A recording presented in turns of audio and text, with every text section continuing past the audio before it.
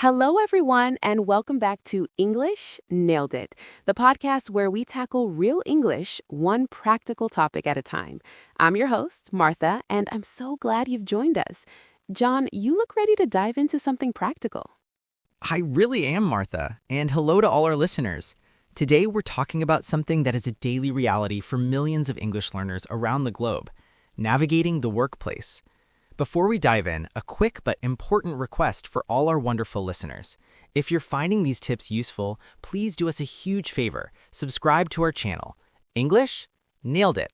Hit that subscribe button so you never miss an episode. And while you're there, give this episode a like. Absolutely. Every subscription and like helps us reach more English learners just like you.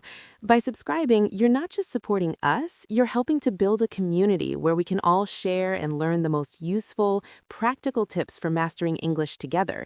So, thank you in advance. Without further delay, let's begin with today's topic. Mastering English conversation for work is about more than just vocabulary. It's about navigating culture, building relationships, asserting your ideas, and understanding the unwritten rules of professional communication. It can be a source of stress, but also a tremendous opportunity for growth and career advancement. That's the perfect way to frame it, an opportunity. So today, instead of abstract lessons, let's think like we did last time. Let's break it down into scenarios, tools, and practical things to do. We'll look at common workplace situations and the conversational toolkit you need for each one. I love that. Let's start with what might be the most frequent and sometimes most anxiety-inducing scenario, meetings, from small team check-ins to large client presentations. Meetings are a performance, in a way. You need to know your lines for different parts of the play. Let's break down the acts. First, contributing to a discussion.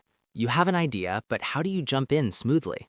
The key is to have a few reliable phrases to grab the floor, not just blurting out your idea, but connecting it to the conversation. For example, to agree and add, I agree with Name's point about efficiency, and I'd like to add that. To build on an idea, following up on what Name just said, perhaps we could also consider to politely disagree. That's an interesting perspective. I see it a bit differently.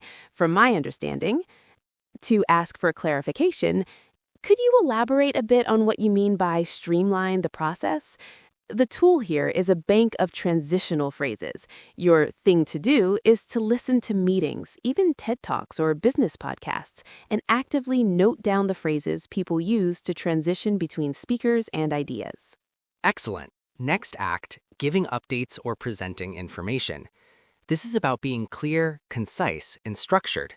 The tools are signposting language. Starting, to update everyone on the project timeline. Sequencing. Firstly, secondly, finally. Highlighting. The key takeaway here is, or what's most important to note is, concluding. So, in summary, we are on track for Q3 delivery. Your thing to do is to practice the what, so what, now what framework for any update. What is the situation? So, what does this mean for us or the project? Now, what are the next steps or what do you need? Practicing the structure in English makes you sound incredibly professional. And we can't forget virtual meetings, which add another layer. The tools here are phrases for managing the digital space. I'm having some audio issues. Could you repeat that? Sorry, you're on mute. Should I share my screen to walk you through this? I'll type that link in the chat for everyone. The thing to do is to have these phrases written on a sticky note next to your computer until they become automatic. Beautiful. Now let's move to our second major scenario, communicating with your manager or supervisor. This is about managing up, building trust, and demonstrating professionalism. A huge part of this is the one-on-one check-in. This isn't just a status report, it's a relationship-building conversation. The tools are a mix of update language and strategic questioning. Preparing an agenda, even informally, have 2 to 3 points. I wanted to update you on X, get your thoughts on Y, and discuss my goals for Z. Asking for feedback. Don't just ask, do you have any feedback? Be specific. On the presentation I gave last week, I was hoping for your feedback on the clarity of the data section. asking for help or resources. Frame it as being proactive, not a problem. To move forward with task A, I believe I need access to this resource. Could you advise on the best way to get that approved? The thing to do is to never go into a one-on-one empty-handed. Have your updates and, more importantly, your questions prepared. This shows initiative. Another critical subscenario, navigating problems or mistakes. The tool here is a specific apology and solution framework. Acknowledge immediately and briefly. Hi, manager, I need to let you know there's been a delay with the vendor report. Take ownership without overly emotional language. I take responsibility for not following up sooner. Present a solution or next steps. To mitigate this, I've already contacted them for an ETA and can draft the internal sections today. I'll have a full update by 3 p.m. State what you'll do differently. In the future, I'll set a calendar reminder for vendor follow-ups. The thing to do is to role-play this. Practice saying these phrases out loud so they don't feel foreign in a moment of stress. It turns a panic moment into a professional response. Absolutely. Now, scenario 3, collaborating with colleagues and teamwork. This is the day-to-day grease that makes the wheels turn. The tools are the language of collaboration, delegation, and small talk. Let's start with small talk and building rapport.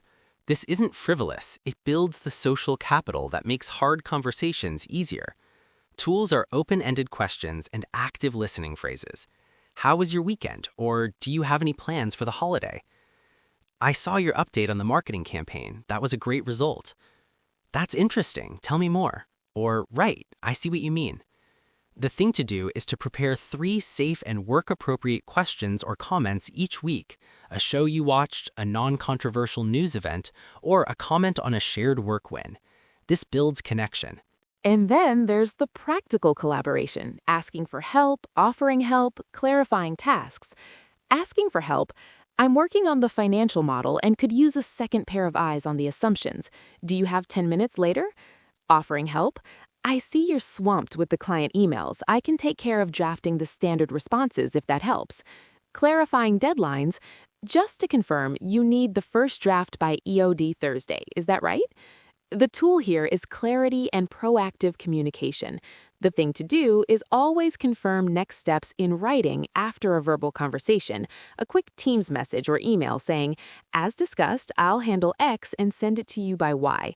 This prevents misunderstandings. Now, a very nuanced but powerful scenario: office politics and assertive communication. This is about expressing your needs and boundaries respectfully. The tools are I statements and assertive framing. Instead of, you never give me enough time, try, I would be able to deliver higher quality work if I had more lead time on these requests. Could we discuss timelines during our planning?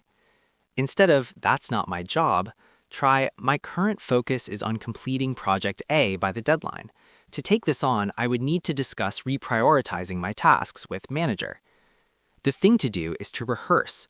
Write down situations where you feel your boundaries are crossed. Script 2 to 3 assertive responses using I statements. Practice them until they feel natural. This is such crucial advice. Finally, let's touch on written communication for work, which is often the foundation for conversations. Emails, Slack messages, project updates. The tools here are tone, structure, and conciseness. Subject lines: be specific. Question re Q4 budget, not quick question. Opening salutation: know your culture. Hi team, hello name, dear name. Getting to the point: I'm writing to request approval for X, or the purpose of this email is to update you on. Clear call to action: could you please review the attached by Friday? Or please let me know if you agree with this approach. Professional closing: best regards, sincerely, thanks. The thing to do is to create templates and proofread out loud. Have a template for a status update email, a request for help, a meeting summary, and always read your email out loud before sending to catch awkward phrasing. So, to bring this all together for our listeners, the path to confident English at work isn't about learning 1,000 new words overnight. It's about strategic preparation. Exactly. Your action plan is this. Identify your pain points. Which scenario makes you most nervous? Is it speaking up in meetings, talking to your boss, writing emails? Gather your tools. For that scenario, collect 5 to 10 key phrases, like the ones we discussed. Write them down. These are your conversational cheat codes. Practice deliberately. Role play. Talk to yourself in the shower. Use a voice recorder. The goal is to make the phrases feel like your words, not a foreign script. Start small. In your next meeting, aim to use just one new phrase. Send one email using your new template. Small wins build confidence. Remember, everyone, even native speakers feel nervous sometimes. The goal isn't perfection. It's clear, respectful, and effective communication. Your non-native perspective is often a strength, bringing clarity and careful thought to conversations. Well said. You are not just learning a language, you are learning a professional skill. Be patient with yourself, prepare proactively, and celebrate your progress. We'd love to hear from you. What's your biggest